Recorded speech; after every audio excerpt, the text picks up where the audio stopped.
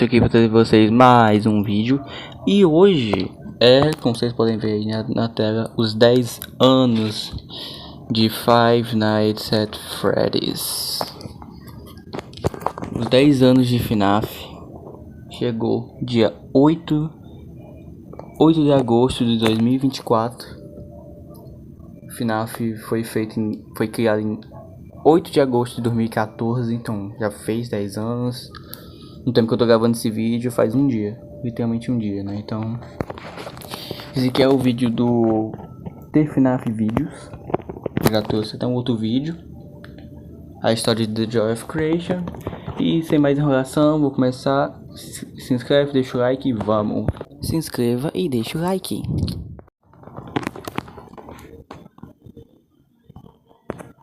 Oh, maravilha, foi 2024, 2023, 2022, 2021, 2020, 2019, 2018, 2017, 2016, 2015 e por fim 2014.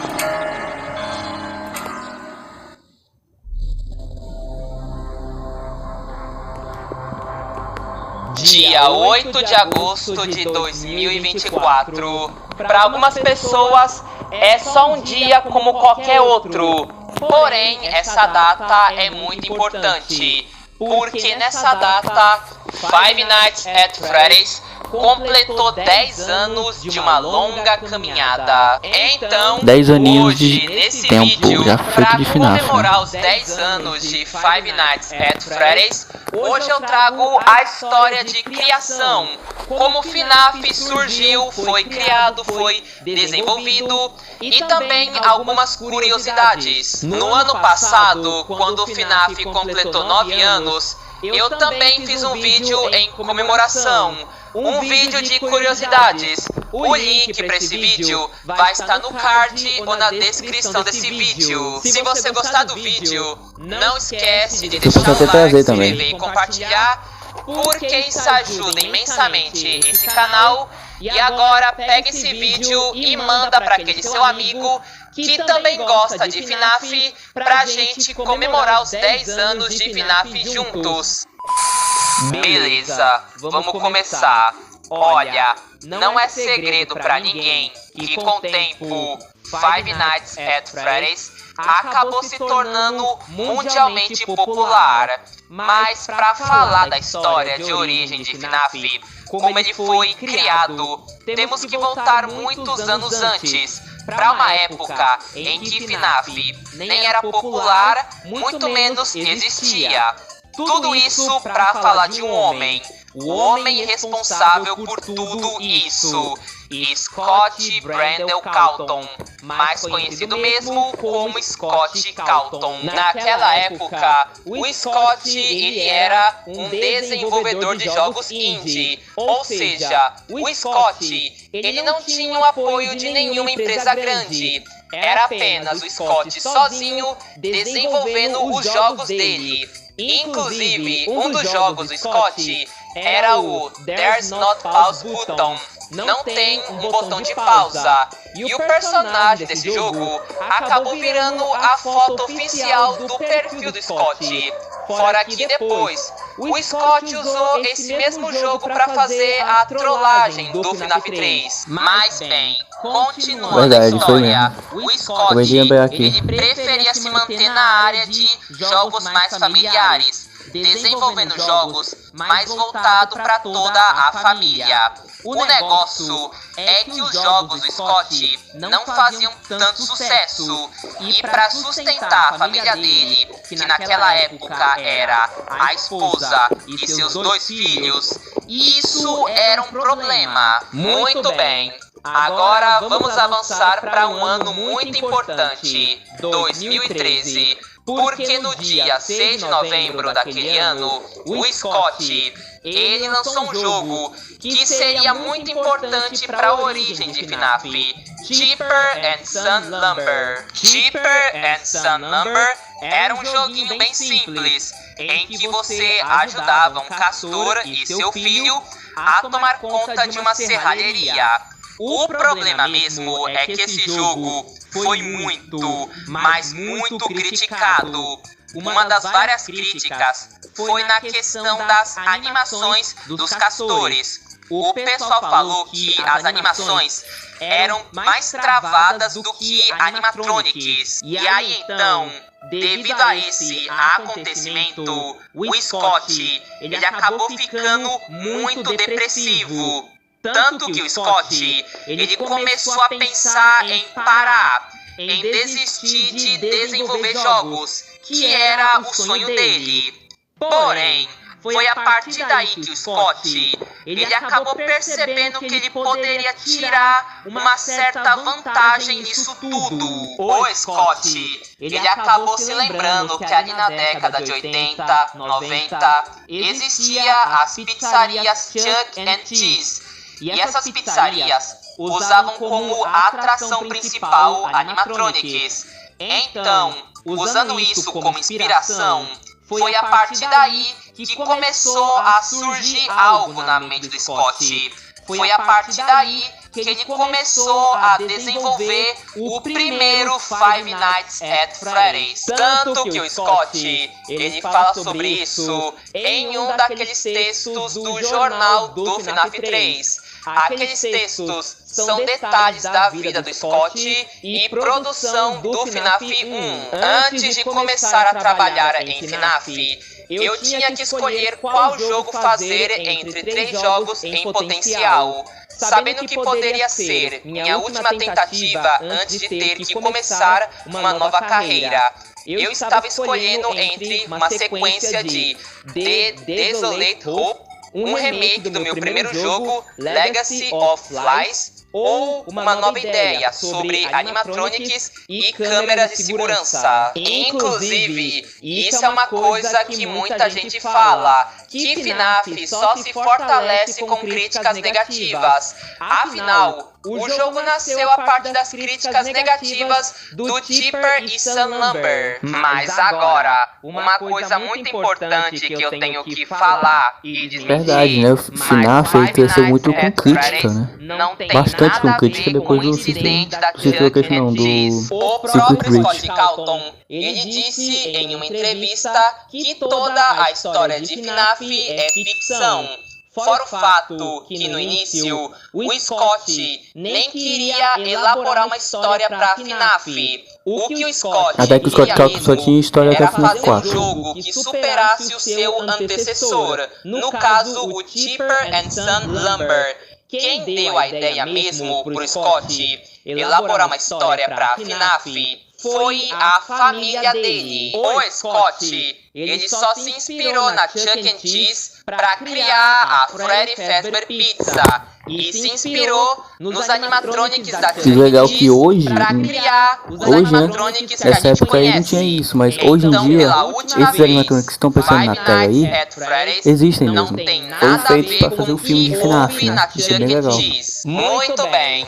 Agora deixando tudo isso claro, continuando, durante o desenvolvimento do primeiro FNAF, o Scott ele fez um Kickstarter, que a gente conhece aqui como aquela velha vaquinha. O objetivo do Scott com aquilo era juntar dinheiro pro desenvolvimento do jogo. E quem ajudasse ia receber o jogo adiantado antes da hora e alguns pôsteres. Mas agora, eu te faço uma pergunta. Quanto você acha que, mais ou menos, o Scott Calton ele arrecadou nessa vaquinha?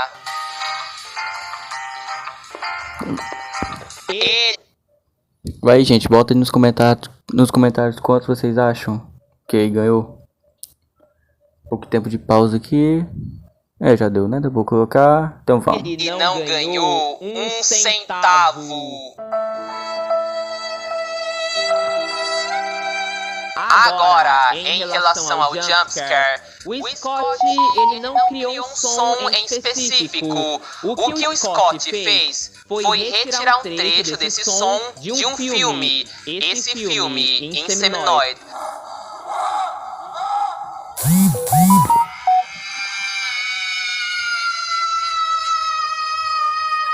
Agora falando sobre os animatronics, o Scott deu os nomes que a gente conhece: Fred, Bonnie, Tig e Foxy. Porém, esses nomes, na verdade, eram apelidos temporários. Ainda não eram os nomes oficiais. Porém, com o tempo, o Scott acabou se acostumando com esses nomes, até decidir tornar eles os nomes oficiais. Esse negócio dos nomes, o Scott também falou nos textos do FNAF 3. Os nomes Fred, Bonnie, Tig e Foxy eram apenas apelidos enquanto eu trabalhava nos personagens. Eu estava planejando dar a eles nomes oficiais mais tarde, mas tinha me apegado muito a eles quando o jogo foi concluído. Uma outra coisa envolvendo Fred que o Scott também colocou nesses textos foi o seguinte: no jogo original, Fred nunca foi originalmente pensado para se mover pelo restaurante.